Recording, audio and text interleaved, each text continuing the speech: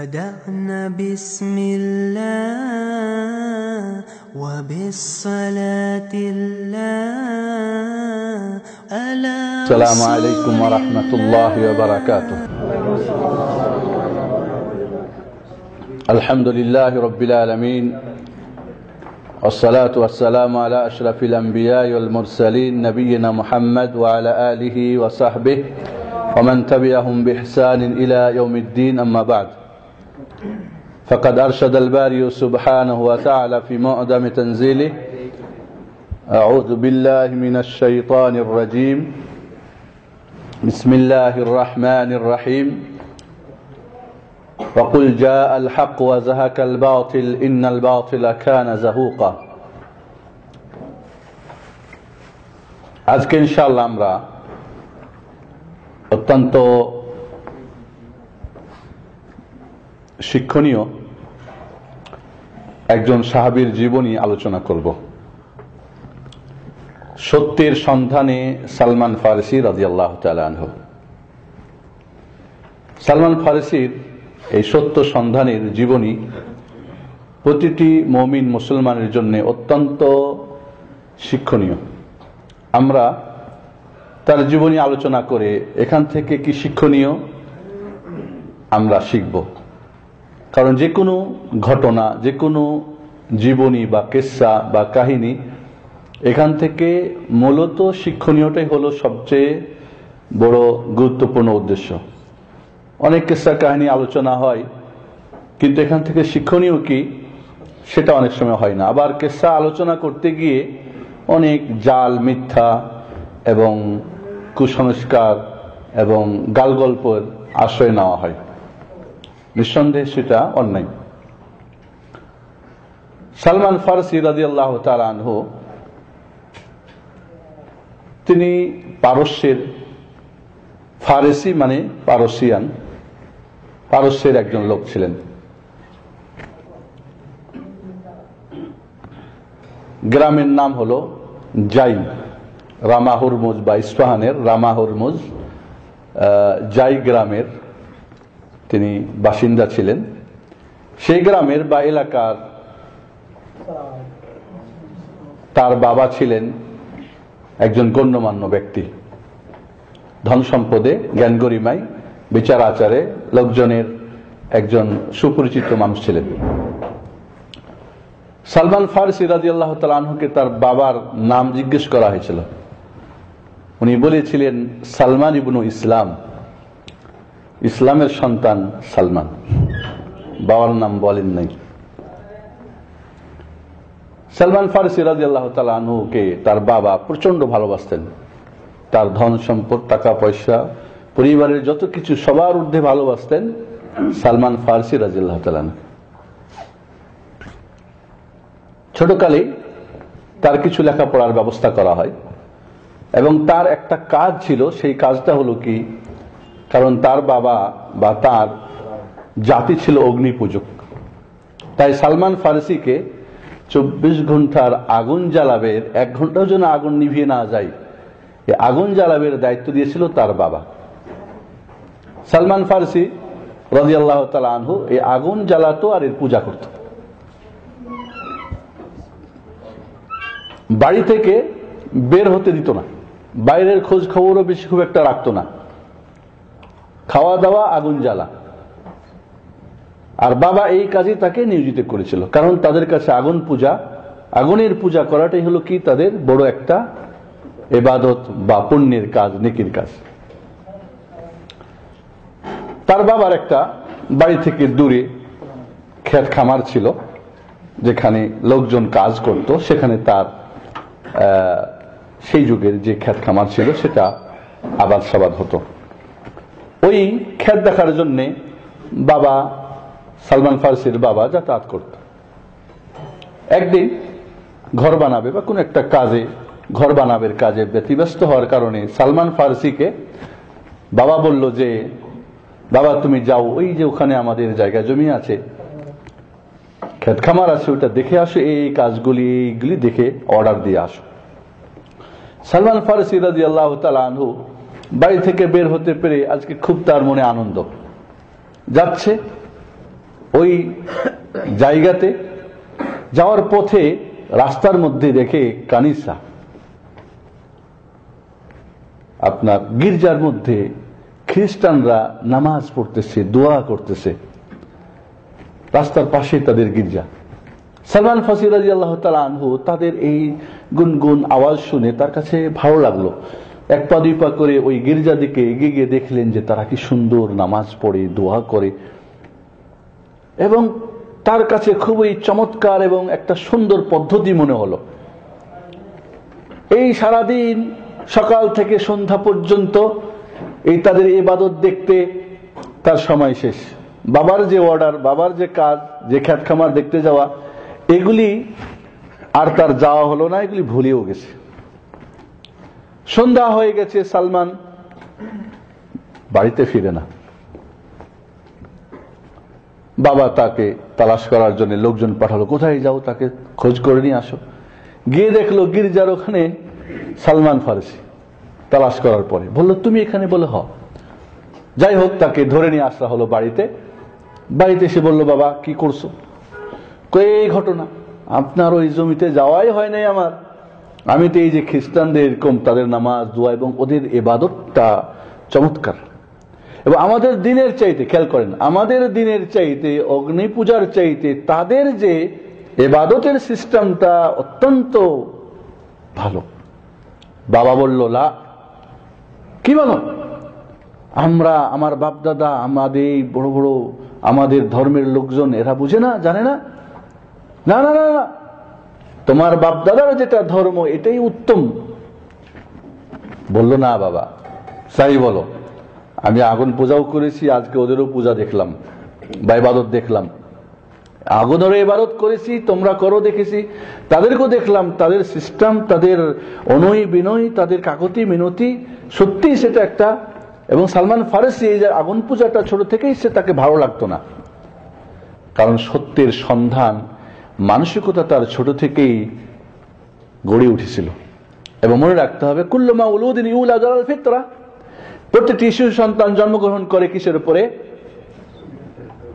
ইসলামের উপরে। ফাআবাওয়াহু ইউহাব্বিদানি, আল্লাহ নবী বলেন, বাপ মা ইহুদি হলে ইহুদি বানাই দেয়, আও ইউনাসসিরানি, খ্রিস্টান হলে খ্রিস্টান বানিয়ে দেয় বাবা মা, আও ইউমাজ্জিসানি, অথবা অগ্নি পূজক বানিয়ে দেয়।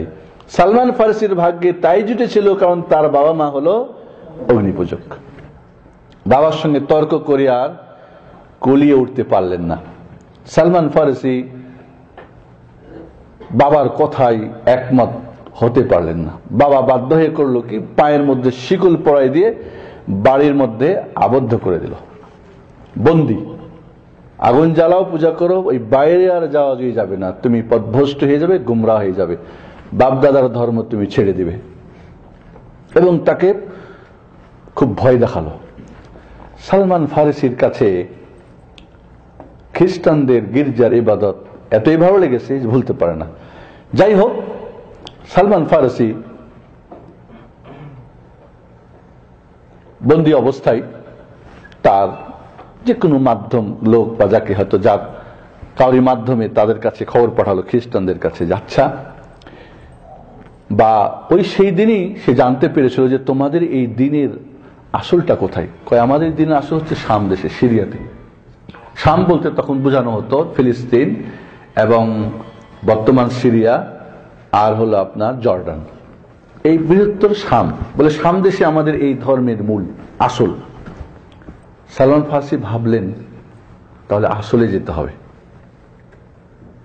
তাই ওদের সঙ্গে যোগাযোগ করলেন চিঠিপত্রের মাধ্যমে, যে আচ্ছা, তোমাদের ওই শাম দেশ থেকে যখন কোনো বণিক কাফেলা আসবে আমাকে জানাবা। বণিক কাফেলা যখন ঠিকই, এরা বিভিন্ন ব্যবসা বাণিজ্যের কারণে আপনার পারস্যে যখন এদের আগমন হলো, সালমান ফারসির কাছে ওদেরও একটা আগ্রহ যে সালমান ফারসি আমাদের নাসরানি খ্রিস্টান ধর্মে আসতে চাই। তারা তার কাছে চিঠি লিখলো যে হ্যাঁ, আমাদের বণিক দল এসে গেছে। সালমান ফারসি লিখলেন যে তারা কবে যাবে আমাকে জানাবা। তাই জানানো হলো তার কাছে। এইভাবে তার সঙ্গে গোপনে একটা ওই খ্রিস্টানদের একটা সম্পর্ক হয়ে গেল। সালমান ফারসি জানতে পারলো যে অমুক দিন এই বণিক কাফেলা এরা ফেরত যাবে, রিটার্ন করবে কোথা থেকে? পারস্য থেকে শামে। তিনি অনেক কষ্টে পায়ের বেড়ি খুলে যে কোনো ভাবে কিছু টাকা পয়সা, কারণ সে অনেক বড় লোকের ছেলে, যথাসম্ভব নিয়ে বাড়ি থেকে চম্পট। কখন যাবে, কোথায় তারা থাকবে, তাদের সঙ্গে গিয়ে তিনি যোগ হলেন এবং রাতারাতি পারস্য এরিয়া ছেড়ে তিনি চলে আসলেন আরব বা কি বলে আপনার সিরিয়ার উদ্দেশ্যে। সিরিয়ায় পৌঁছে জিজ্ঞেস করলেন, খেয়াল করেন, ওইখানে গিয়ে জিজ্ঞেস করলেন, আচ্ছা তোমাদের এইখানে সবচাইতে বেশি জাননেওয়ালাকে এবং তোমাদের এই খ্রিস্টান ধর্মের মূলকে, আফজালুন্নাস সর্বোত্তম ব্যক্তি কে এখানে, এবং তোমাদের এই ধর্ম সম্পর্কে সবচেয়ে বেশি জাননেওয়ালাকে? কারণ সালমান ফারসির ওখানেই তো ওদের সঙ্গে হয়তো কিছু করতে পারতো, বা আমার ভয় বুঝলাম ওখানে কিছু শিখতে পারতো, কিন্তু না, আসলে যেতে হবে। সবাই বলল যে এই যে আমাদের পাদরি, আমাদের পোপ, এই যে গির্জার হত্যাকর্তা, ইনি হলো আমাদের মধ্যে সর্বোত্তম এবং সবচেয়ে বেশি জাননেওয়ালা। ভালো কথা। তাকে গিয়ে বললেন যে আমার এই ঘটনা। বলল আহলান সাহলান মারহাবা, ভালো কথা। এরপরে সালমান ফারসি তার খিদমত করতে লাগলেন আর তার কাছ থেকে কিছু শিক্ষা দীক্ষা ইবাদত করতে লাগলেন।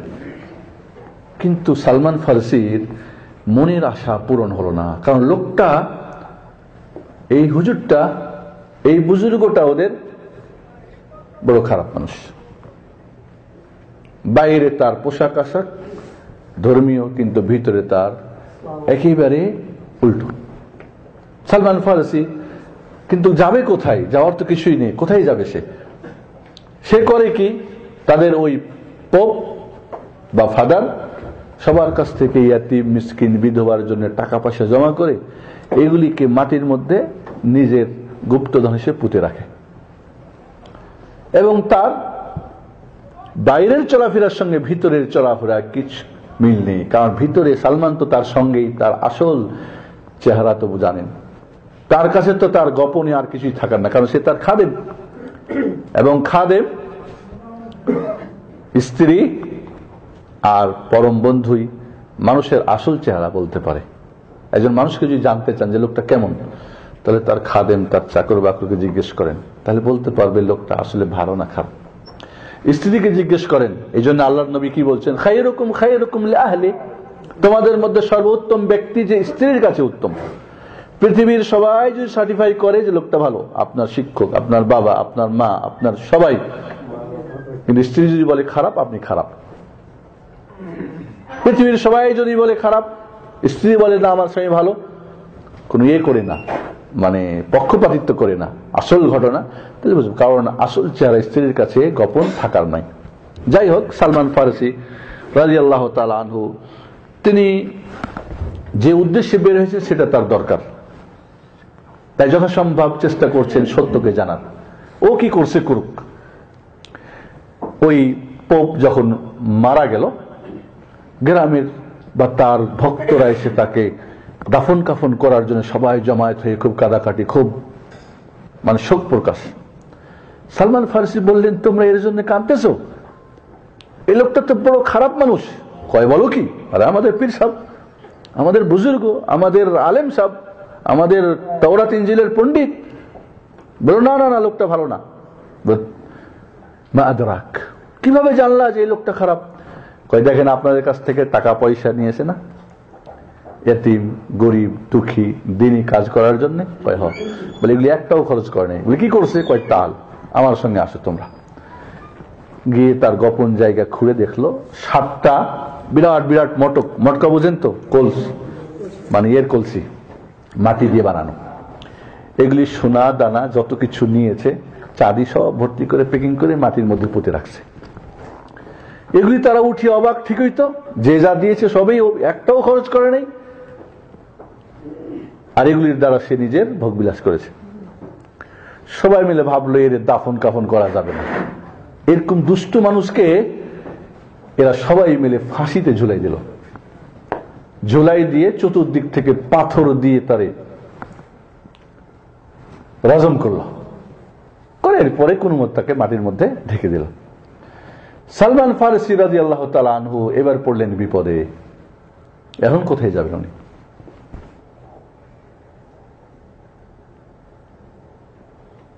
ওদেরকে জিজ্ঞেস করল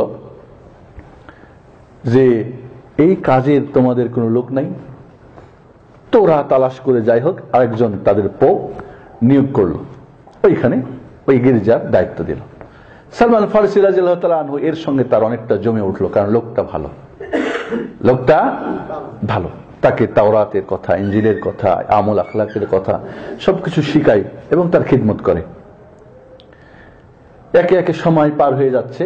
একদিন এই পোপের মৃত্যু ঘনিয়ে আসলো। সালমান ফারসি রাদিয়াল্লাহু তাআলা তার মাথার কাছে বসে কাঁদতে লাগলেন, বললেন এখন তো আপনি বিদায় নেবেন, আমার কি দশা হবে? আমার তো এই ঘটনা।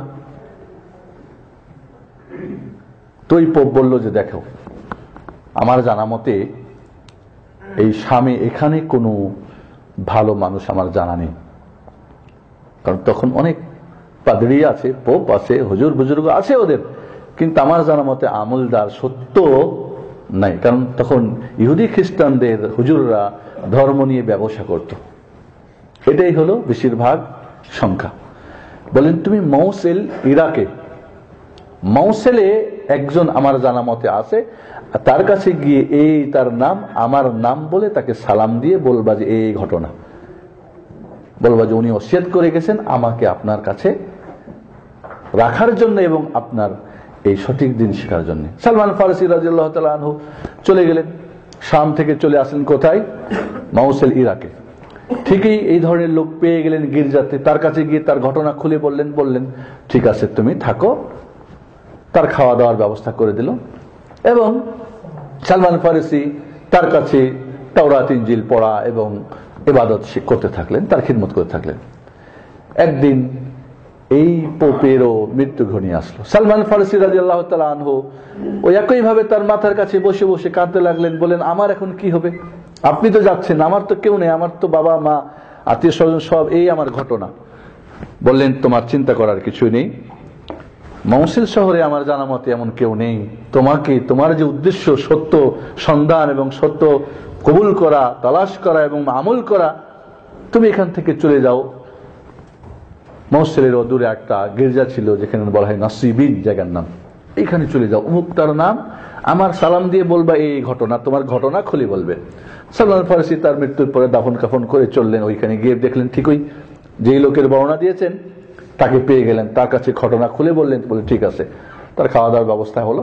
ওখানে থেকে তিনি এই সত্যর সন্ধানে তার সময় কাটাতে লাগলেন। সালমান ফারসি রাজন এক দুই এইভাবে সময় যায়। একদিন ওই পোপ সাহেবেরও মৃত্যু ঘনিয়ে আসলো। সালমান ফারসি রাদিয়াল্লাহু বললেন যে এবার আমার কি হবে?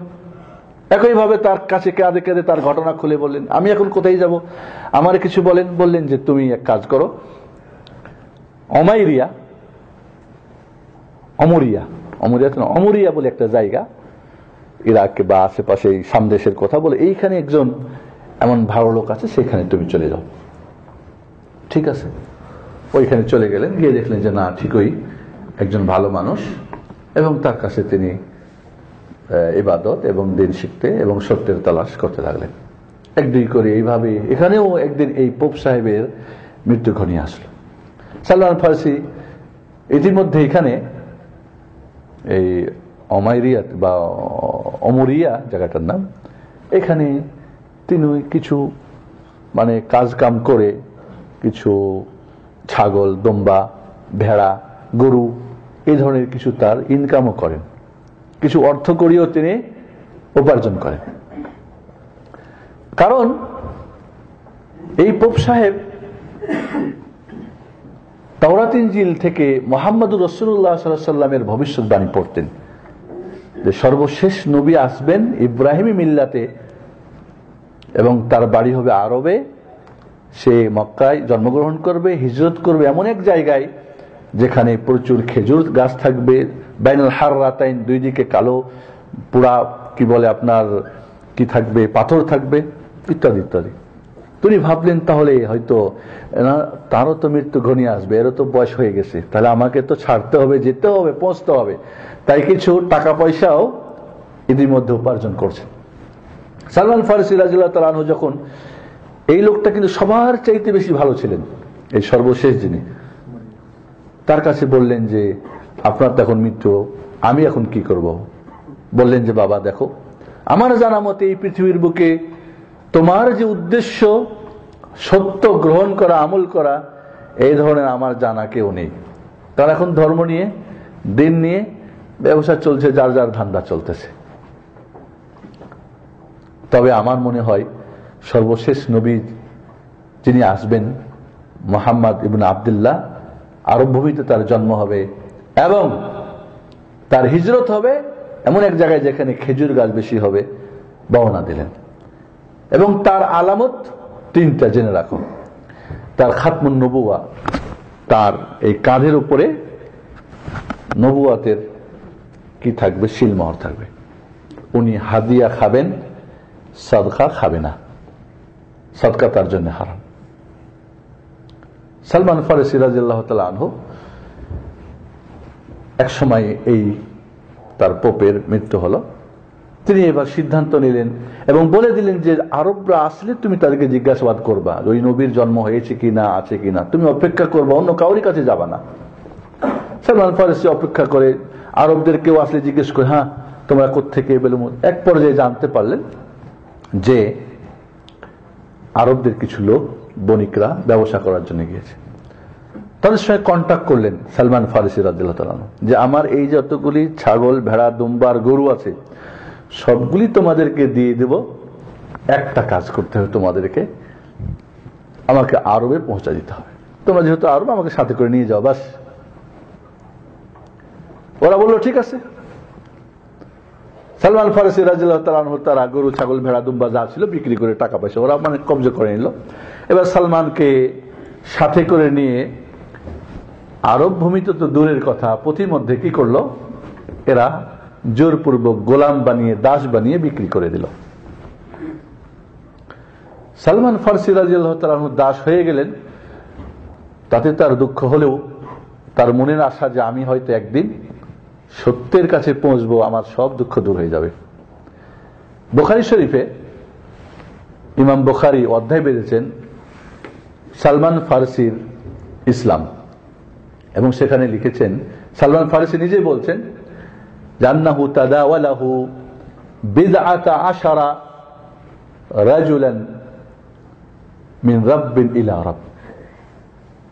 সালমান ফারসি, বিদআ বলা হয় 3 থেকে 9, বিদআ আশারা মানে 13 থেকে 19, নিম্নে 13, ঊর্ধ্বে 19। সালমান ফারসি নিজের জীবনের কথা বলছেন যে আমি 13 থেকে 13 জন কমপক্ষে ধরেন, বা 13, 14, 15 জন মালিকের এক হাত থেকে আর এক হাতে এইভাবে আমি গোলাম হওয়া শুরু করেছি। যখন গোলাম হয়ে গেছে, এক গোলাম এক মালিক আর এক মালিকের কাছে বিক্রি করছে, আর এক মালিকের কাছে বিক্রি করছে, এইভাবে ট্রান্সফার হতে হতে মদিনার বানু কোরাইজা, মদিনায় 3টা ইহুদি দল বসবাস করত। একটা বানু কোরাইজা, একটা বানু নাদির, আর একটা বানু কাইনুকা। বানু কোরাইজার একজন ইহুদি শেষ পর্যন্ত এর হাতে সে বিক্রি হয়ে যায়। বিক্রি হলে ওর ভাতিজা মদিনা থেকে ওই ইহুদির কাছে, চাচার কাছে যায়। গেলে চাচার কাছ থেকে ভাতিজা ওই সালমান ফারসিকে কিনে নেয়। সালমান ফারসি এবার বুঝলেন যে তাহলে এবার আমি সত্যের দিকে আগাচ্ছি, আমার যে মূল উদ্দেশ্য, আমি এগিয়ে যাচ্ছি। এরা নিয়ে এসে কি বলে, শেষ পর্যন্ত সালমান ফারসি রাদিয়াল্লাহু তাআলা আনহু মদিনায় এসে পৌঁছলেন। ইতিমধ্যে তার 10 বা 13, 14, 15 জন মনিবের কাছে বিক্রি, একের পর এক এইভাবে গোলাম আর দাস তাদের গোলামি করলেন। কিন্তু সালমান ফারসির মনোবল ভেঙে পড়ে নাই, কারণ তার উদ্দেশ্য যে একদিন না একদিন আমি পৌঁছবো সত্যের কাছে। সালমান ফারসি রাদিয়াল্লাহু তাআলা আনহু মদিনায় পৌঁছে গেলেন। মদিনায় পৌঁছে তিনি গোলাম মানুষ, সারাদিন খাটে খুঁটে, কোথায় কি হয় এত কোনো খবর টবর জানে না। তবে ভাবে কান খাড়া, ওই শেষ নবী যে আসবেন ওনার কোনো সংবাদ টংবাদ আছে নাকি। কারণ মদিনায় গিয়ে দেখলেন যে যেই বর্ণনা দিয়েছেন তাওরাত থেকে তার ওস্তাদে তা মিলে যায়। খেজুর গাছ অনেক, হাররা হাররা বলা হয় মানে পোড়া পাথর, কালো পাথর, মদিনার এই পারে আর ওই পারে কালো পাথর। ঠিক তো এই জায়গাটাই বুঝি শেষ নবীর আগমন, হিজরতের ভূমি হবে। অপেক্ষা করেন। আল্লাহর নবী আলাইহিস সালাম মদিনা থেকে, মক্কা থেকে মদিনায় হিজরত করার আগে মদিনায় একটা গুঞ্জন চলে, মুহাম্মদ আসবে আলাইহিস সালাম। লোকজন গাছে উঠে উঠে দেখে কবে আসবে। সকাল থেকে নিয়ে দুপুর পর্যন্ত, রৌদ্রের প্রখরতা পর্যন্ত লোকজন অপেক্ষা করে, আজকে কালকে পরশু, কারণ কেউ জানে না কবে আসবে। কিন্তু এই ধরনের একটা আভাস পেয়েছে যে তাদের প্রিয় হাবিব মুহাম্মদুর রাসূলুল্লাহ সাল্লাল্লাহু আলাইহি ওয়াসাল্লাম ইসলাম মদিনায় হিজরত করবেন। এর আগে আল্লাহর নবী আলাইহিস সালামের সাহাবারা হিজরত করেছেন মদিনায়। মুসআব ইবনে উমাইরকে আল্লাহর নবী আলাইহিস সালাম শিক্ষক হিসেবে সর্বপ্রথম প্রেরণ করেছিলেন। মুসআব ইবনে উমাইর দাওয়াত করে প্রতিটি ঘরে ঘরে ইসলামের আলো জ্বলে গেছে। বাপ না করলে মা, মা না করলে ছেলে, ছেলে না করলে ভাতিজা ভাগিনা, বা একজন না একজন, প্রতিটি ঘরে ইসলামের আলো জ্বলে গেছে। সালমান ফারসি রাদিয়াল্লাহু তাআলা আনহু ওই ইহুদির কাছে কাজ করে, আর ইহুদি চরম তার প্রতি জুলুম, অন্যায়, অবিচার করে। কিন্তু সবকিছুকে তিনি মেনে নেন, সবকিছুকে অকাতরে তিনি একটা যে না, আমি সত্যকে পাবো এইখানে থাকলে। একদিন আল্লাহর নবী আলাইহিস সালাম মদিনায় হিজরত করে তো চলেই আসলেন। হিজরতের ঘটনা, যার বাড়িতে কাজ করে এরই এক ভাতিজা ওর চাচাকে, ও গাছে উঠে খেজুর তরতিব করতেছে, খেজুরের ভাতিজা সে চাচাকে নিচে বলতেছে, যারে শুনছেন কি ঘটনা? বলে এই মুহাম্মদ, ওই যে মক্কার ওই নবী চলে আসছে এখন কুবাতে, তাই না? কি বলে হয়। তো শুনে কান খাড়া করে দেখে ভাতিজা আর চাচার আলাপ খুব কর্ণপাতে শুনছে। সালমান ফারসি বলছেন যে আমি তখন নিজেকে সামলাতে পারছিলাম না, মনে হয় যে আমার মালিকের উপরে বুঝি আমি ধূপ করে পড়ে যাব, আমার পায়ে হাতে আর শক্তি পাচ্ছিলাম না। দ্রুত নেমে এসে জিজ্ঞেস করলাম, হ্যাঁ কি ঘটনা? তো দু একবার জিজ্ঞেস করলে আমাকে খুব লাঠি ঘুষি দেওয়া হলো, দিল দিয়ে বলল, তোর কাজ তুই কর, এগুলি তোর জানার কি দরকার? বলে না, কি যেন বলতেছিল, খবরটা একটু কনফার্ম হওয়ার জন্য। না, তোর এগুলির দরকার নেই, যা তোর কাজ তুই কর। সালমান ফারসি বুঝতে পারলেন কথায় যে শেষ নবী এসে গেছেন, এখন কুবাতে আছে। সালমান ফারসি রাদিয়াল্লাহু তাআলা আনহু কিছু খেজুর নিয়ে ওই রাত্রিবেলা রাসূলের কাছে হাজির হয়ে গেলেন, হয়ে বললেন যে এইগুলি খেজুর সাদাকা আপনার জন্য। শুনেছি আপনি খুব ভালো মানুষ, আপনার সঙ্গী সাথীরা গরিব মানুষ, বাইরে থেকে হিজরত করে এসেছে, তো আমার এইগুলি ছিল সম্বল, আপনার জন্য নিয়ে এসেছি, আপনি একটু খান। আল্লাহ নবী বললেন যে না, সাদাকা আমার জন্য হারাম। সাহাবাদের মধ্যে যারা গরিব ছিলেন বললেন তোমরা এটা খেয়ে নাও। সালমান ফারসি ভাবলেন হাদিহি ওয়াহিদা, ঠিকই তো, আমার ওস্তাদজি যে বলে দিয়েছিলেন যে সদকা খাবেন না, উনি ঠিকই তো সদকা খেলেন না। উনি তো ক্ষুধার্ত মানুষ, চেহারাই বোঝা যাচ্ছে, গরিব মানুষ, কিছুই নাই, হিজরত করে আসছে, সঙ্গে কি নিয়ে গেছে, প্রয়োজন আছে খাওয়ার, কিন্তু তারপরে খেলেন না, তাহলে তো এক নাম্বার আলামতটা তো ওকে, ঠিক আছে। দ্বিতীয় দিন সালমান ফারসি চুপে চুপে তিনি আরো কিছু খেজুর নিয়ে আল্লাহর নবীর, ইতিমধ্যে আল্লাহর নবী আলাইহিস সালাম কুবাতে 4 দিন অবস্থান করার পরে কুবা মসজিদের ভিত্তি স্থাপন করে মদিনায় আগমন করছেন। সালমান ফারসি চুপে রাত্রির অন্ধকারে বা এক সময় গিয়ে রাসূলের কাছে আরো কিছু খেজুর নিয়ে গিয়ে বললেন, ইয়া রাসূলুল্লাহ, এগুলি হচ্ছে হাদিয়া, আপনার জন্য আমি নিয়ে এসেছি, আপনি খান। আল্লাহর নবী খেলেন, সাহাবাদেরকে বললেন হ্যাঁ বিসমিল্লাহ বলে তোমরা খাও, বলে যে হ্যাঁ আমি হাদিয়া খাই, আমি সাদাকা খাই না। আল্লাহ নবী খেলেন, সাহাবাদের খাওয়ালেন। সালমান ফারসি ভাবলেন দ্বিতীয়টা হাদিহি সানিয়া, এটাও তো ওকে, ঠিক ঠিক মিলে যাচ্ছে। এখন খাতমে নবুয়াত, নবুয়তের সিলমোহর, এটা দেখা যাবে কেমনে? তো চান্সে থাকে যে আল্লাহর নবী আলাইহিস সালামকে কোনোভাবে এই খাতমে নবুয়াটা দেখা যায় কিনা। আল্লাহর নবী আলাইহিস সালাম একদিন বাকিউল গারকাদ, মদিনার যে কবরস্থান, একটা জানাজা পড়ার পরে সাহাবাদেরকে নিয়ে ওইখানে দাঁড়িয়ে আছেন। সালমান ফারসি সুযোগ বুঝে বারবার রাসূলের পিছনে খালি ঘোরাফেরা করে। আল্লাহ নবী বুঝলেন এই লোকটাই সদকা নিয়ে গেছিল কুবাতে, এই লোকটা আমার জন্য হাদিয়া নিয়ে আসছে, এর কোনো ঘটনা আছে আমার পিছনে। হয়তো আল্লাহর নবী আলাইহিস সালাম ওয়াহির মাধ্যমে কিছু জানতে পারলেন এবং তার চাদরটাকে কি করলেন, পিছনে ঝুলিয়ে দিলেন। সালমান ফারসি পিছন দিক থেকে এসে খাতমে নবুয়তের মধ্যে ওটাকে চুমু দিয়ে কাঁদতে লাগলেন। আল্লাহ নবী তাকে ডেকে সামনে বসিয়ে বলেন, ঘটনা কি খুলে বলো। ঘটনা খুলে বললেন, সাহাবারা সবাই শুনলেন যে আমার এই ঘটনা একেবারে প্রথম থেকে নিয়ে একেবারে শেষ পর্যন্ত আল্লাহ নবীর কাছে ঘটনা খুলে বললেন। আল্লাহ নবী আবার সাহাবাদেরকে ডেকে বললেন, এই সাহাবাদেরকে যেভাবে তুমি আমাকে শোনালে সবাইকে আবার শোনাও। সালমান ফারসি বলেন যে আব্দুল্লাহ ইবনে আব্বাসকে যে এইভাবে যেভাবে এই ঘটনা তোমাকে আমি শোনালাম একইভাবে আমি আল্লাহ রাসূলকে এবং সাহাবাদেরকে শুনিয়েছি। সালমান ফারসি রাদিয়াল্লাহু তাআলা আনহু তিনি যখন জানতে পারলেন যে না, রাসূলুল্লাহ ইনি হচ্ছেন শেষ নবী মুহাম্মদুর রাসূলুল্লাহ সাল্লাল্লাহু আলাইহি ওয়াসাল্লাম, তিনি শাহাদাতাইন পড়ে ইসলাম গ্রহণ করলেন। আশহাদু আল্লা ইলাহা ইল্লাল্লাহ ওয়া আন্না মুহাম্মাদার রাসূলুল্লাহ। সালমান ফারসি রাদিয়াল্লাহু তাআলা আনহু ইসলাম গ্রহণ করার পরে তার মালিক ইহুদি তার উপরে বিভিন্ন ধরনের নির্যাতন জ্বালা জুলুম করতে থাকে। ইতিমধ্যে বদর এবং উহুদের যুদ্ধ সংগঠিত হলো। যেহেতু গোলাম দাস মানুষ, যুদ্ধ করার তার সুযোগও হলো না। আল্লাহ নবী আলাইহিস সালাম বললেন, সালমান তুমি তোমার মালিকের সঙ্গে কন্ট্যাক্ট করো, সে কি চাই তোমাকে আজাদ করে দেব, যা লাগে আমি দেব। মালিক ইহুদিকে গিয়ে বললে, উনি বললেন যখন, বললো যে তুমি যদি আমার শর্ত পূরণ করে তোমাকে আমি আজাদ করে দেব। কি শর্ত?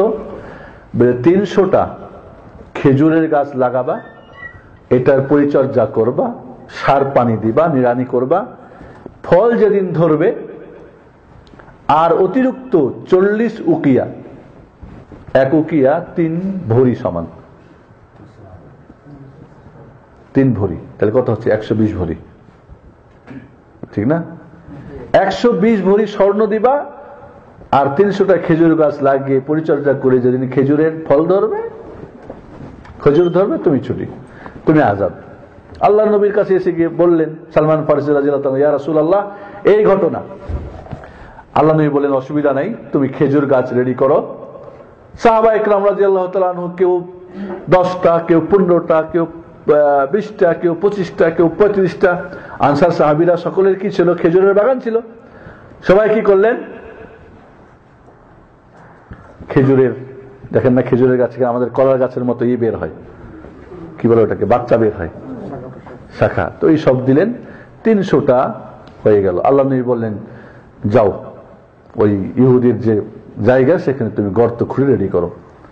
সালমান ফারসি বলেন, সাহাবা ইকরাম রাদিয়াল্লাহু তাআলা আনহু আমাকে সহযোগিতা করলেন, গর্ত খুঁড়ে রেডি করে ফেললাম। আল্লাহ নবী বললেন, গর্ত খোঁড়া হয়ে গেলে আমাকে তোমরা খবর দিবে, আমাকে খবর দিবে। আল্লাহ নবীকে বললেন, ইয়া রাসূলুল্লাহ রেডি, খেজুর গাছের কি বলে ওটাকে, চারা রেডি এবং গর্ত করা রেডি। আল্লাহ নবী আলাইহিস সালাম তিনি গিয়ে নিজের হাত মোবারক দিয়ে খেজুর গাছ ধরে ধরে ওই গর্তে রেখে দিলেন। আর সাহাবা ইকরাম রাদিয়াল্লাহু তাআলা আনহু সালমান ফারসিকে সহযোগিতা করে ওই গাছগুলি লাগিয়ে দিলেন। সালমান ফারসি রাদিয়াল্লাহু তাআলা আনহু তিনি বলেন যে একটা গাছেরও মরে নাই, এবং সেই বছরেই যখন খেজুরের সময় প্রতিটি গাছেই ফল ধরে গেল, খেজুর এসে গেল। আল্লাহু আকবার। কোন কোন বর্ণায় আবার এই ধরনের পাওয়া যায় যে একটা গাছ ফল আসে নাই। আল্লাহ নবী বলে, এটা কি ব্যাপার? এটা উমর ফারুক লাগিয়েছিলেন, কয়েকটা গাছ নিয়ে এসো, আল্লাহ নবী লাগাই দিলেন, ওটা তো ফল আসলো। যাই হোক, তার ঘটনাতে কিছু বর্ণনার কম বেশি রয়েছে, তবে এই বর্ণনাটা সহি বর্ণনা। খেজুর গাছে তো ফল এসে গেল, এখন টাকা 120 ভরি স্বর্ণ কোথা থেকে দিবে? কি ভাই ঘুমাচ্ছেন কেন? দাঁড়ান একটু, চা খান, যান, ঘুমাইলে ভাই দেখি। হ্যাঁ, আর কেউ ঘুমাচ্ছেন নাকি? আরে কেউ ঘুমালে একটু জোরে চিমটি কাটেন, চিমটি কাটা বুঝেন, ছোট কালে চিমটি কাটেন নাই, জোরে সরে দিবেন যাতে করে ঘুমটা ভেঙে যায়। সালমান ফারসি রাদিয়াল্লাহু তাআলা আনহু আল্লাহর নবীর কাছে এসে বলেন, ইয়া রাসূলুল্লাহ গাছে তো ফল এসে গেছে, এখন 120 ভরি স্বর্ণ। আল্লাহ নবী বলেন ঠিক আছে অপেক্ষা করো। সাহাবাদেরকে বললেন যে অপেক্ষা করো, আল্লাহ নবীর কাছে কোন যুদ্ধর বা গনিমতের মাল থেকে আল্লাহ নবী আলাইহিস সালামের কাছে কি বলে আপনার স্বর্ণ আসলো, কিছু মাল আসলো। সালমান ফারসি বলেন যে মুরগির ডিমের মতো ডিম, এতটুকু স্বর্ণের একটা ঢিপি আল্লাহ নবী আমাকে দিয়ে গিয়ে বললেন যে যাও সালমান, তোমার মালিকের ওই 40 উকিয়া স্বর্ণ পরিশোধ করে দাও। বলে ইয়া রাসূলুল্লাহ এইটুকু কি হচ্ছে, 120 ভরি। কয় যাও মেপে দিয়ে দাও, যাও তুমি। সালমান ফারসি বলেন যে আমি ওই ডিমের সমান স্বর্ণের ঢিপিটা নিয়ে গিয়ে ওদেরকে বললাম হ্যাঁ আপনার যা পাওনা আমি নিয়ে নেন। ওরাও দেখে আশ্চর্য হলো, বলো মাপেন। মাপলো যখন ঠিকই দেখা গেল যে 120 ভরি স্বর্ণ ওই একটা তাদের সামনে ওজন হয়ে গেল। নাম রাসূলুল্লাহ সাল্লাল্লাহু আলাইহি সাল্লামের বরকতে, এবং বরকত শুধু রাসূলের মাধ্যমে নির্দিষ্ট, অন্য কাউরি হাতে আর বরকত থাকলে আবু বকরকে কেউ ছাড়তেন না। সালমান ফারসি রাদিয়াল্লাহু তাআলা আনহু আজাদ হয়ে গেলেন, নাম রাখলেন সালমান ইবনে ইসলাম। সালমান ফারসিকে জিজ্ঞাসা হয়েছিল যে আপনার পিতৃ পরিচয়, কয় সালমান ইবনে ইসলাম, ইসলামের বেটা সালমান। সালমান এবার ফ্রি হয়ে গেলেন, যে সত্যের সন্ধানে বের হয়েছিলেন এবার সেই সত্যর যার কাছে আসে তাকে পেলেন এবং সত্য পেলেন। আল হাক্ক মির রাব্বিক ফালা তাকুনান্না মিনাল মুমতারিন। সত্য কি? যা আপনার রবের পক্ষ থেকে আপনার কাছে আসে। ওয়াল্লাযিনা আমানু ওয়া আমিলুস সালিহাত ওয়া আমানু বিমা নুযিলা আলা মুহাম্মাদ ওয়া হুয়াল হাক্কু মির রাব্বিহিম। মুমিনরা ঈমান আনে, সৎ আমল করে, ঈমান আনে মুহাম্মদের প্রতি যা নাজিল হয়েছে, ওয়া হুয়াল হাক্কু মির রাব্বিহিম, যা তাদের রবের পক্ষ থেকে, প্রতিপালকের পক্ষ থেকে মুহাম্মদের কাছে এসেছে, এটাই সত্য। এইজন্য আল্লাহ রাব্বুল আলামিন বলছেন যালিকা বিআন্নাল্লাযীনা কাফারু ইত্তাবাউল বাতিল। সূরা মুহাম্মদ আল্লাহ বলছেন দ্বিতীয় আয়াতে যে যারা কাফের, তৃতীয় আয়াত, তারা বাতিলের অনুসরণ করে। ওয়া আন্নাল্লাযীনা আমানু ইত্তাবাউল হাক্কা মির রাব্বিহিম, আর যারা মুমিন তারা তাদের রবের কাছ থেকে সত্য যা এসেছে, কি এসেছে? ওয়াহি। ওয়াহি দুই প্রকার, ওয়াহি মাতলু কোরআন, ওয়াহি গায়র মাতলু হাদিস। এবং হাদিস মানে অবশ্যই সহিহ হাদিস। জয়ীফ, জাল, মিথ্যা এগুলি কোনো রাসূলের কাছে হতেই পারে না। আল্লাহ জয়ীফ না, রাসূল জয়ীফ না, যে জয়ীফ আর মওযু আর জালের প্রয়োজন আছে। সালমান ফারসি রাদিয়াল্লাহু তাআলা আনহু সত্য পেয়ে গেলেন, রাসূলের খিদমতে তিনি তার বাকি জীবন কাটাতে লাগলেন। আল্লাহর নবী আলাইহিস সালাতু ওয়াস সালাম সূরা জুমা যখন আয়াত পড়লেন ওয়া আখারিনা মিনহুম লাম্মা ইয়ালহাকু বিহিম, আর কিছু রাসূলুল্লাহ সাল্লাল্লাহু আলাইহি ওয়াসাল্লাম তাদের জন্য রাসূল, এবং ওদের জন্য রাসূল যারা এখনো পৌঁছে নাই তাদের জন্য রাসূল। সাহাবায়ে কেরাম জিজ্ঞেস করলেন কে এরা? একবার, দুইবার, তিনবার, বুখারী মুসলিমের হাদিস। আল্লাহ নবী কিছু বললেন না, তৃতীয়বারের পরে বললেন যে লাউ কানাল ঈমান ওয়াদ দীন ফি সুরাইয়া, ঈমান এবং দ্বীন সত্য যদি সুরাইয়া তারা, ওই দুনিয়ার আকাশে এত দূরের তারা ওইখানে যদি থাকতো, তাহলেও এই সালমান ফারসি ওইখানে গিয়ে সত্যটাকে গ্রহণ করত। আল্লাহু আকবার। কোন বর্ণনা আছে যে সালমান ফারসির মানে এই পারস্যের লোকেরা সেখান থেকে হলেও দিন নিত। সবার কথা কোন জায়গায় সালমান ফারসির কথা, রিজাল আও রাজুলুন, এবং ইশারা করলেন। আল্লাহর নবী আলাইহিস সালাতু ওয়াস সালাম সালমান ফারসির উপর হাত রেখে বললেন এই হলো সেই লোক যে সত্যের জন্য সুরাইয়া তারকাও যেতে হলেও, এত দূরে যেতে হলেও সে সত্যকে গ্রহণ করে ছাড়বে। সালমান ফারসি রাদিয়াল্লাহু তাআলা আনহু অত্যন্ত বিনয়ী এবং ভদ্র, মুত্তাকি, পরহেজগার এবং দুনিয়া বিরাগী, আখিরাতে অনুরাগী ছিলেন। আল্লাহর নবী আলাইহিস সালাতু ওয়াস সালাম বলছেন ইন্নাল জান্নাতা লা তাশতাকু ইলা সালাসা, তিনজনের জন্য জান্নাত নিজেই মুশতাক, আগ্রহী। তিনজনের জন্য জান্নাত নিজেই কি অধীর। কে তিনজন? আলী ইবনে আবি তালিব, আম্মার ইবনে ইয়াসির, আর হলেন কে? সালমান ফারসি। সালমান ফারসি জন্য জান্নাত নিজেই আগ্রহী যে কবে আমার কাছে এই আমার যাত্রী আসবে। মুআয বিন জাবাল রাদিয়াল্লাহু তাআলা আনহু মৃত্যুর সময় লোকজন গিয়ে বললেন, আপনি তো মারা যাচ্ছেন। কারণ মুআয বিন জাবাল রাদিয়াল্লাহু তাআলা ফকিহুল উম্মাহ ছিল, উম্মতের একজন ফকিহ ছিলেন, হালাল হারাম সম্পর্কে বেশি অধিক জানতেন।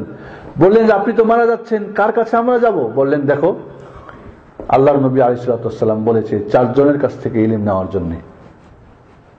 একটা হচ্ছে আবু দারদা, দ্বিতীয় হচ্ছেন সালমান ফারসি। আবু দারদা সালমান ফারসি কিন্তু আখা বাইনাহুমান নবী আলাইহিস সালাতু ওয়াস সালাম, আল্লাহর নবী যখন মদিনায় গিয়ে মুহাজির এবং আনসার সাহাবীদের মধ্যে কি করেছিলেন? ভ্রাতৃত্ব স্থাপন করেছিলেন, বায়াচারী। তখন সালমান ফারসি আর এই আবু দারদার মধ্যে কি করেছিলেন? ভ্রাতৃত্ব স্থাপন করেছিলেন। আর এই জন্য সালমান ফারসি একদিন আবু দারদার বাড়িতে গিয়ে দেখে তার স্ত্রী তখনও পর্দা নাজিল হয় নাই, উস্কো খুস্কো, তেল মাখা নাই, পরিপাটি নাই, অসৌন্দর্য এক অবস্থায়। বললেন, কি ব্যাপার? কই, কার জন্য আমি সাজগোজ করব? তোমার ভাই আবু দারদা সারাদিন রোজা রাখে, সারা রাত্রি নামাজ পড়ে। আবু দারদা এই ঘটনা শুনে সালমান ফারসি যখন খাওয়া হাজির করলেন, আবু দারদা বললেন, ভাই তুমি খাও, আমি রোজা আছি। ওয়াল্লাহি লান আকুলা হাত্তা তাকুল, আল্লাহর কসম তুমি যতক্ষণ না খাও আমি খাবো না। নফল রোজা ভেঙে দেওয়া জায়েজ আছে, নফল রোজা ভেঙে দেওয়া জায়েজ আছে। সালমান ফারসি বাধ্য করলেন আবু দারদাকে রোজা ভেঙে দিতে। রোজা ভেঙে দিলেন, খাওয়া দাওয়া হলো। রাত্রিবেলা খাওয়া দাওয়া করে সালমান ফারসিকে আবু দারদা বলেন, বুখারী শরীফের হাদিস, যে তুমি ঘুমাও, আমি ইবাদত করব। কয়লা, যাও ঘুমাও। কই, তুমি আমার দিনের বেলা রোজা নষ্ট করছো, এখন রাত্রিবেলার নামাজ? কয়, না, যাও স্ত্রীর সঙ্গে গিয়ে তুমি ঘুমাও। রাত্রিবেলা নড়াচড়া করে আবু দারদা রাদিয়াল্লাহু তাআলা আনহু। সালমান ফারসি বলে, ঘুমাও, এখনো সময় হয়নি। শেষ রাত্রে সালমান ফারসি আবু দারদাকে ডেকে বলেন, উঠো, এখন ওযু গোসল করে চলো নামাজ পড়ি। আবু দারদার মনটা বড় খারাপ, কারণ তার নামাজ সারা রাত ইবাদত করে, অল্প কিছু ইবাদত করলেন, আর সারা দিন রোজা রাখে, ওটাও নষ্ট হয়ে গেল। মনটা খারাপ। বললেন, দেখো, ওয়ালি আইনিকা আলাইকা হাক্কুন, তোমার চোখের হক রয়েছে।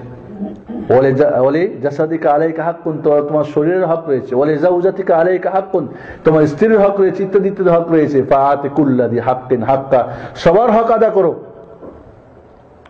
কি বলো? বলা, হ্যাঁ, চলো রাসূলের কাছে। আল্লাহর নবীর কাছে গিয়ে বললেন যে এই ঘটনা, বললেন যে সাদাকাত, তোমার ভাই সালমান ফারসি যা বলছে সত্যই বলছে। এটাই হলো নিয়ম, এটাই হলো নিয়ম। কিছু আছে মানুষ মনে করে অতিরিক্ত করলেই বুঝি না। এই জন্য আল্লাহর নবী আলাইহিস সালাতু ওয়াস সালামের সত্যান্বেষীরা বাড়াবাড়ি করলে এটাকে টাইট করে দিতেন, সুধরিয়ে দিতেন। 3 জন লোক এসে বললেন, আল্লাহর নবীর ইবাদত কি করে? বলে, এই ইবাদত করে। জেনে বললো রাসূলের জন্য কম, আমাদের আরো বেশি করতে হবে। একজন বললো বিয়ে শাদী করবো না, আরেকজন বললো রাত্রে ঘুমাবো না, আরেকজন বললো যে আমি সারাদিন রোজা রাখবো। আল্লাহর নবী এসে জানতে পেরে বললেন, আয় তোমরা এমন কথা বলছো? বলে, হ্যাঁ। বলে, না, আমি রাসূল রাত্রে এক অংশ ঘুমাই, এক অংশ আমি জাগি, আমি রোজা রাখি, রোজা ছাড়ি, আমি বিয়ে করেছি, আমি সবকিছু করেছি। ফামান রাগিবা আন সুন্নতি ফালাইসা মিন্নি, যে আমার সুন্নতকে ত্যাগ করে সে আমার অন্তর্ভুক্ত না, আমার উম্মতের অন্তর্ভুক্ত না, আমার আদর্শের অন্তর্ভুক্ত না। সালমান ফারসি রাদিয়াল্লাহু তাআলা আনহু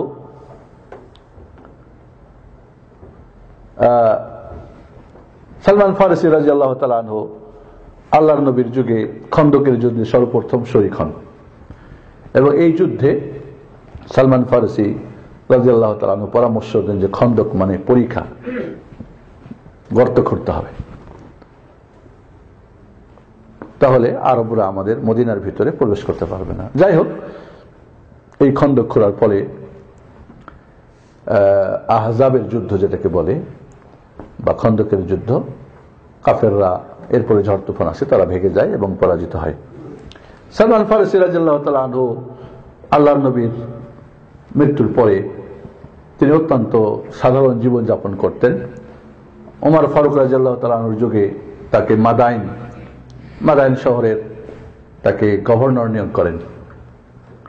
ওখানে তিনি খুব সাদামাটা জীবনযাপন করতেন।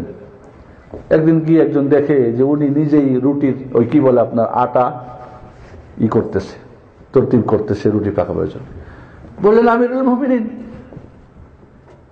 বা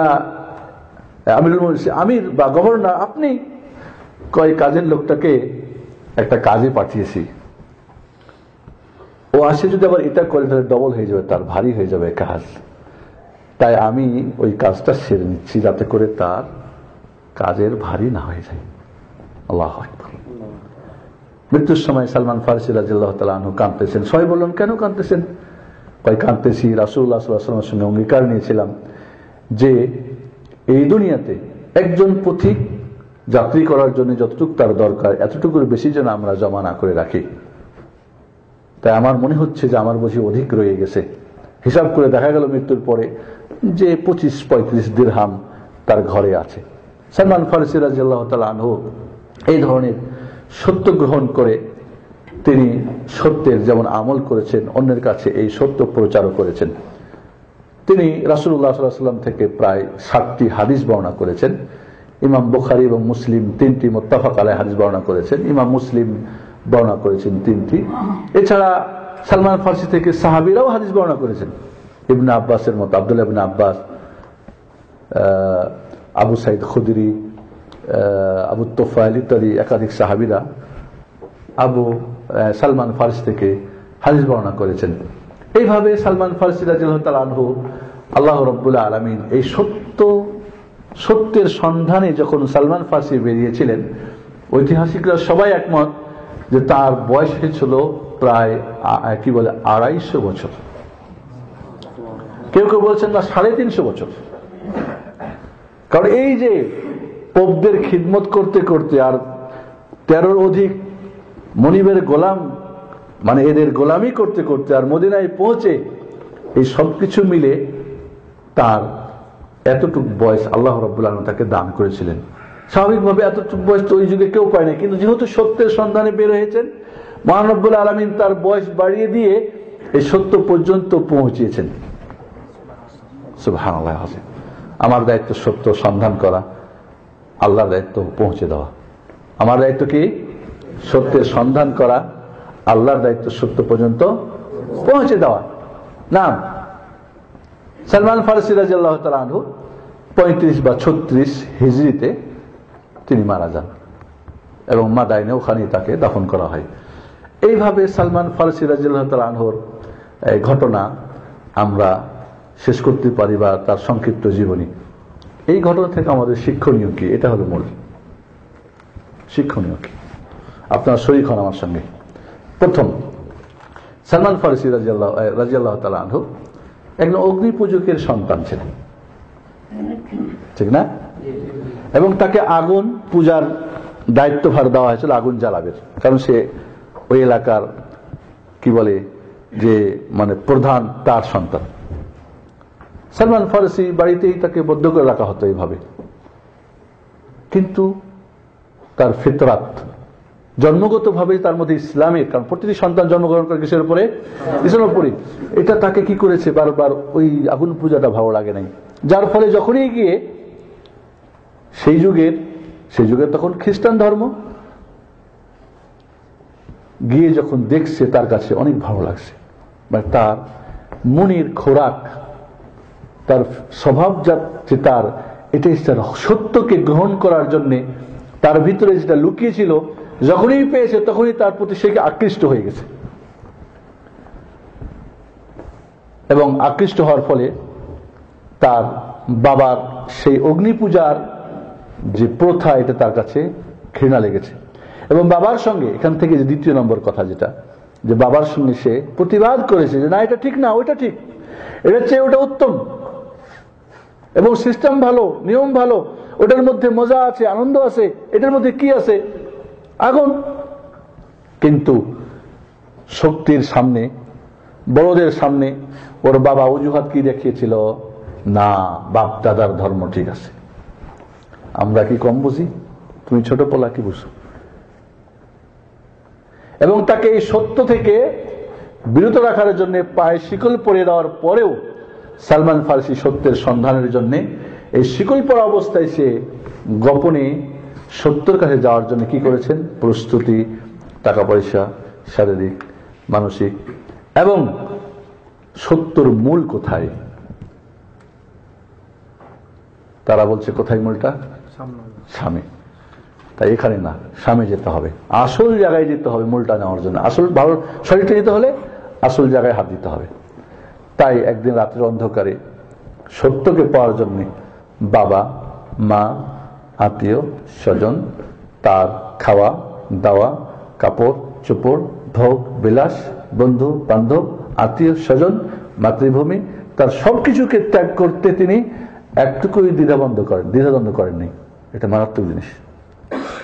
সত্যের তালাশ করতে হলে আমাকে ছাড়তে হবে। এই ধরনের ঘটনা আবু যার গিফার রাদিয়াল্লাহু তাআলা আনহু, আবু তুফাইল, আমর ইবনে তুফাইল, আরো ইত্যাদি সাহাবীদের জীবনে আছে, যেটা হয়তো আজকে আমাদের আলোচনা করার সুযোগ হবে না। সালমান ফারসি রাদিয়াল্লাহু তাআলা আনহু বের হয়ে গেলেন এবং ওইখানে গিয়ে পৌঁছে কি করলেন খেয়াল করেন। বললেন সবচেয়ে ভালো মানুষটাকে শিখতে হলে, যে সবচেয়ে বেশি জানে, ভালো জানে এই বিষয়ের পণ্ডিত তার কাছে। যেখানে সেখানে শিখলে তো আপনি শিখবেন ডাক্তারি, যাবেন ইঞ্জিনিয়ারিং কলেজে, তাহলে তো হবে না। শিখবেন ইঞ্জিনিয়ারিং, আপনি যাবেন এগ্রিকালচার ইউনিভার্সিটিতে, তো আপনি শিখবেন না। তো যে জিনিসটার মূল সেখানে যেতে হবে, তার কাছ থেকে নিতে হবে। এবং দুঃখজনক হলো যে সেই যুগেও ভণ্ডামির শেষ ছিল না। কারণ ধর্ম নিয়ে ব্যবসা, বাতিল তরিকায় মাল ভক্ষণ করা এবং মানুষকে দিন থেকে বিরত রাখা, এটা এই ধর্মের লেবাস পরা লোক সবসময় পাওয়া গেছে। সেই যুগে পাওয়া গেছে, এই যুগে পাওয়া গেছে, সামনেও পাওয়া যাবে। তাই সালমান ফারসি প্রথম যাকে পেলেন সে কিন্তু এই ধরনের একজন ভণ্ডই ছিল, ধর্ম ব্যবসায়ী ছিল। সবার নিয়ে নিজের ধান্দা করত, আসল করত না। যাই হোক, তার পরবর্তীতে উনি একের পর এক মৌসেলে ওইখানে একজন, এবং মৌসেলে একজন, আপনার কি বলছিলাম, আপনার কি বলে, আরো জায়গাতে বিভিন্ন জনের কাছ থেকে সে জানার পরে, এবং এইখানে যেটা একটা জিনিস খেয়াল রাখতে হবে যে প্রস্তুতি, সত্যের কাছে পৌঁছতে হলে কিছু অর্থ টাকা পয়সা দরকার আছে। বাড়ি ছেড়েছেন, বাবাও ছাড়ছেন, কিন্তু অর্থ করিও দরকার। তাই সালমান ফারসি কি করলেন? কিছু কামাই করাও, উপার্জন করাও শুরু করলেন। তার কাছে কিছু আল্লাহ বরকতও দিলেন, কিছু গরু ভেড়া দুম্বা হয়ে গেল। এগুলি সব কিছু দিয়ে তিনি কি করলেন? সত্যের কাছে পৌঁছার জন্য ব্যবস্থা করলেন। কিন্তু তার ভাগ্যে জুটল কি? গোলামি। না, কারণ এখনো সত্য বের হয় নাই, প্রকাশ হয় নাই, এসে কোথায় যাবে? এইভাবেই সত্যকে পাওয়ার জন্য অর্থ যেমন দেওয়া দরকার হলো, সবরেরও দরকার। আপদ বিপদেও আসলো, কারণ সত্যের পথে যখন নামবেন আপদ বিপদ আসবে। গোলাম হয়েছে, আপনাকে তো আর কিছু হতে হবে। সালমান ফারসি তাই সবকিছুকে বরণ করিলেন, কারণ সত্যের তিনি তল্লাশি। একে একে একাধিক মনিবের গোলাম হয়ে শেষ পর্যন্ত মদিনায় পৌঁছলেন। এবং মদিনায় পৌঁছে তিনি কি করলেন? আসলে সত্য না মিথ্যা যাচাই করলেন। যাচাই করতে হবে, শুনেছে সবকিছুই, জানে লোকটা ভালো, মুহাম্মদ সাল্লাল্লাহু আলাইহি ওয়াসাল্লাম, তারপরও যাচাই করলেন যে ঠিক না বেঠিক। খালি দেখলেন আর গিয়ে বাস না, যাচাই করেন সত্য না মিথ্যা। মুহাম্মদ সাদকা খাই না আলাইহিস সালাতু ওয়াস সালাম, হাদিয়া খাই, তার খাতমে নবুয়া আছে, এটা না জেনে বুঝেই না। একটা একটা করে যাচাই করার পরেই সত্য, তারপরেই তিনি ইসলাম গ্রহণ করলেন। এবং আল্লাহ রাব্বুল আলামিন তাকে বয়স বাড়িয়ে যেমন সহায়তা করলেন, তার আজাদ হওয়ার জন্যও খেজুর গাছে ফল দিলেন অতি তাড়াতাড়ি। একটা ডিমের সমান স্বর্ণের একটা কি বলবো বিস্কিটকে বা টুকরাকে 120 ভরি স্বর্ণ বানায় দিলেন। সবই কিছুটা আল্লাহ রাব্বুল আলামিনের ইচ্ছা। তাহলে আমরা বলবো যে সত্যর তালাশ আপনাকে করতে হবে, বাকি আপনি যখন সন্ধান করবেন, পৌঁছাবের দায়িত্ব কার? আল্লাহর। এবং সত্য কি? তাহলে আমাকে প্রথমত সত্য কি নির্দিষ্ট করতে হবে। সত্য হলো যা মুহাম্মদ সাল্লাল্লাহু আলাইহি ওয়াসাল্লামের কাছে তার রবের পক্ষ থেকে এসেছে, আমাদের রবের পক্ষ থেকে। তা হলো ওয়াহি, কোরআন এবং সুন্নাহ। কোরআন এবং সহিহ হাদিস। সুন্নাহ বললে তো অনেক হয়ে গেল, হাদিস বলবেন তো জাল মিথ্যা জয়ীফ দিয়ে তো ভরা।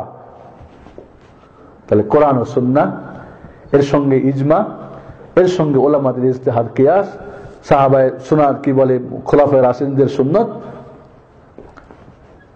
তাহলে কোরআন, সহিহ হাদিস, খোলাফায়ে রাশিদিনদের সুন্নাত এবং ইমাম সমস্ত উম্মতের ইজমা, ইমামদের ইজতিহাদ, যেগুলি সঠিক গবেষণা।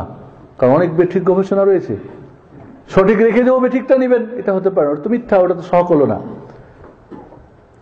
সত্য গ্রহণ করে মুমিনরা, বাতিল গ্রহণ করে কাফেররা। সংক্ষিপ্ত বলবো, আমার মনে হয় একটা আলোচনা আছে আপনার নেওয়ার জন্য, বলবো সত্যের সন্ধান। এখানে বিস্তারিত আলোচনা আছে এবং সালমান ফারসির জীবনীটাও সংক্ষিপ্ত ওখানেও বুঝি আলোচনা আছে। সত্য গ্রহণের জন্য বাধা কি? বাধা কি বলেন তো আপনারা? 1 নম্বর বাধা কি? অজ্ঞতা। মূর্খ মানুষ সত্য হক ও বাতিলের মধ্যে পার্থক্য করার মতো বা বুঝার মতো বা সেই ব্যাপারে আপদ বা পা বাড়ানোর মতো তার যোগ্যতা নেই। 1। 2 নম্বর, বাতিল এত বেশি হয়ে গেছে যে সত্য ঢাকা পড়ে গেছে। বাতিল এত বেশি হয়েছে, এর প্রচার এবং প্রসার এবং এর আলোচনা এবং এর বইপত্র, যে সত্য কি হয়ে গেছে? ঢাকা পড়ে গেছে। এটা একটা কারণ।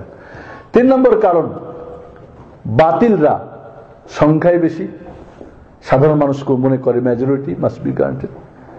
সংখ্যা বেশি তো ওইটাই বুঝি সত্যের আলামত। আল্লাহ তো বলছেন বেশিটাই হলো বাতিলের আলামত। মানুষ মনে করে বেশি সংখ্যা কাজী ওইটাই বেশি, ওইটাই সত্য। এছাড়া শয়তান, মানুষ শয়তান, জিন শয়তানের প্ররোচনা এবং এদের কর্মসূচি সত্যকে মানুষের কাছে বাতিল করে আর বাতিলকে সত্য করে তুলে ধরার জন্য। এছাড়াও কোরআন ও সুন্নাহর সত্যের পরিপন্থী বিভিন্ন কোরআন সুন্নাহর লেবাস দিয়ে, কোরআন সুন্নাহর নাম দিয়ে বিভিন্ন ধরনের থেকে অঙ্গ থেকে বিভিন্ন স্থান থেকে সত্যের প্রচার না করে সত্যেরই লেবাস পরে মিথ্যার প্রচার, বাতিলের প্রচার, যার ফলে সত্য খোঁজ করে মানুষ পায় না। এই জন্য বন্ধুগণ, আমাদেরকে কি করতে হবে? সত্য এবং হক ও বাতিল, হক জানা এবং আমল করার ক্ষেত্রে মানুষ কয় প্রকার? 5 প্রকার। আপনি কোন প্রকারে আছেন আজকে সিদ্ধান্ত নেবেন। প্রথম প্রকার, সত্য জানে, নিজে আমল করে, অন্যদেরকে সত্য জানার এবং আমল করার জন্য উদাত্ত আহ্বান জানাই। বুঝে আসছে না? নাই? আপনি কি এই গ্রুপে আছেন? এটা হল সালমান ফারসির গ্রুপ। যারা সত্য জানছে, আমল করছে, অন্যদেরকে জানাবের জন্য, আমল করার জন্য তারা নিজের যতটুকু সম্ভব পরিশ্রম করছে। 2 নম্বর গ্রুপ, যারা সত্য জানে কিন্তু আমল করে না। 1 নম্বরে কে? ইবলিস শয়তান। জানে না সত্য। ইহুদি আলেমরা যারা সত্য জানে, জানার পরও বিভিন্ন ধরনের আঁকা বাঁকা কথা বলে, এটা ওটা করে নিজের স্বার্থের, দুনিয়ার হয়তো গরির স্বার্থ, টাকার স্বার্থ, বা নাম ধামের স্বার্থ, বা প্রসিদ্ধের স্বার্থ, বা এতদিন করে আসছে বাতিল, এখন যদি হকটা নেই তাহলে তার মান সম্মান ইজ্জত কমে যাবে, বিভিন্ন ধরনের সমস্যা তার সামনে দাঁড়িয়ে যায়। যার ফলে জানার পরেও বা তার ঈমান দুর্বল, বা তার নফসের গোলামি, বা যে কোনো কারণে সত্য জানে কিন্তু আমল করে না, অন্যকে আমলও করতে বলে না, বরং ওই মিথ্যা নিয়েই তার কর্মকাণ্ড চলতে থাকে। বোঝা গেছে না? নাই? এই গ্রুপে আছেন? যদি থাকেন নামটা কাটাবেন, অবশ্যই কাটাতে হবে। 3 নম্বর গ্রুপ, জানে না সত্য কি, না জেনেই সত্য মনে করে করতে থাকে। হক ও বাতিলের মধ্যে পার্থক্য জানে না, যার ফলে বাতিল করেই মনে করে আমি সত্য করতেছি। অর্থাৎ মূর্খ, অজ্ঞ, জানে না কোনটা সুন্নত কোনটা বিদআত, জানে না কোনটা তাওহীদ কোনটা শিরক, জানে না কোনটা করণীয়, কোনটা বর্জনীয়, কোনটা আল্লাহ রসুলের আর কোনটা বাইরের আল্লাহ রসুলের নাম দিয়ে, কোনটা মেড ইন জাপান অরিজিনাল আর কোনটা মেড ইন দুবাই আর জিনজিরা। কারণ ওরা মনে করে মেড ইন জাপান লেখা থাকলেই হলো। সত্য মিথ্যার এদের কাছে কোনো তারতম্য নাই, এদের কাছে কোনো ইলিম নেই, জ্ঞান নেই। এরা সত্য তালাশও করবে না, এরা বোঝারও চেষ্টা করবে না। এরা যেখানে যেটা পাবে মনে করে দিনের কোনো লেবাস থাকলেই বাস হয়ে গেল। এদেরকে আল্লাহ বলছেন দলিন, গুমরা দল। আর দ্বিতীয় দল বলছে আল্লাহ গায়রিল মাগদুব আলাইহিম। তবে তৃতীয় দল যারা জানে না, না জানার ফলে সারা জিন্দেগি বেদাত করে মনে করছি সুন্নত করেছি, সারা জিন্দেগি শিরিক করে মনে করবে যে আমরা তাওহীদ করেছি।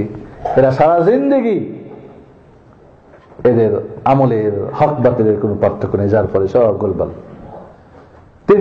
4 নাম্বার গ্রুপ যারা সত্য জানারও চেষ্টা করে না আর আমলও কষ্ট করার চেষ্টা করে না।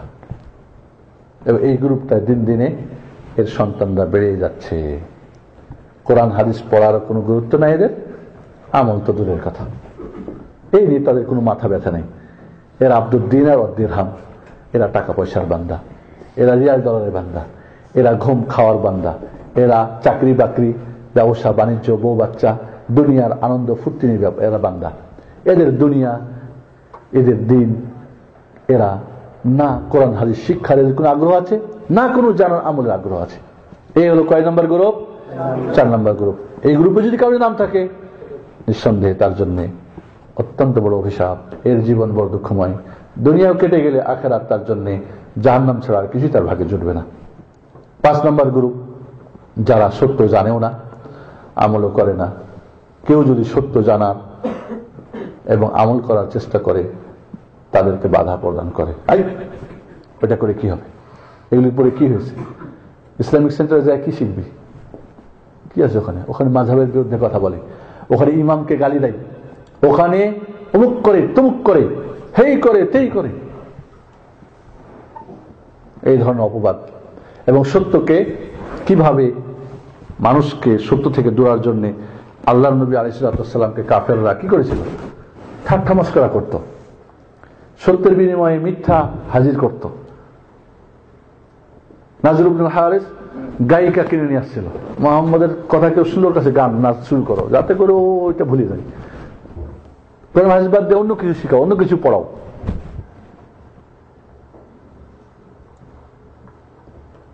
এই ধরনের কিছু ফেরাউনের গ্রুপ যারা সত্য মানবে না, বুঝবে না। জাদুঘররা যখন সত্য পেয়ে সেজদা করলো আল্লাহকে, তখন এদের ডান হাত কেটে দিল, বাম পা কেটে দিল, তারপরে বাম হাত কেটে দিয়ে তারপরে ছুরিতে ঝুলাই দিয়ে তাদেরকে দুনিয়া থেকে বিদায় করে দিল। সত্য ত্যাগ করতে হবে, মানা যাবে না, করা যাবে না। আবু জাহালের গ্রুপ, আবু লাহাবের গ্রুপ। তাহলে একটা গ্রুপ আছে যারা সত্য জানবে না, বুঝবে না, আমলও করবে না, এর ধার ধারবে না। যারা এর আশেপাশে একটু ঘোরাঘুরি করবে, ওদেরকে যে কোনো কলা কৌশলে মিথ্যা কথা বলে, প্ররোচনা দিয়ে, দুনিয়ারি করে, ধর্মীয় নাম দিয়ে অনেক সময় ওরে অন্যদিকে সরাই দিবে, যাতে করে সত্য থেকে সে দূরে সরে যায়। আল্লাহ রাব্বুল আলামিন আমাদেরকে সালমান ফারসি রাদিয়াল্লাহু তাআলা আনহুর সত্যের সন্ধানী, সত্যের তল্লাশি, সালমান ফারসির জীবনী থেকে আমাদের জন্য অনেক শিক্ষণীয় রয়েছে। আপনার আমার দায়িত্ব সত্যের দিকে অগ্রসর হওয়া, সত্য তালাশ করা, সত্য নির্দিষ্ট করা, নির্দিষ্ট কোরআন হাদিস করে দিয়ে তা পড়া শুরু করা, জানার, বোঝার এবং আমল করার দরকার। আল্লাহ রাব্বুল আলামিন যেন আমাদেরকে সত্যের সন্ধান করে সত্য পর্যন্ত পৌঁছে সালমান ফারসির মতো আমাদের জীবনকে ধন্য করেন। আমিন।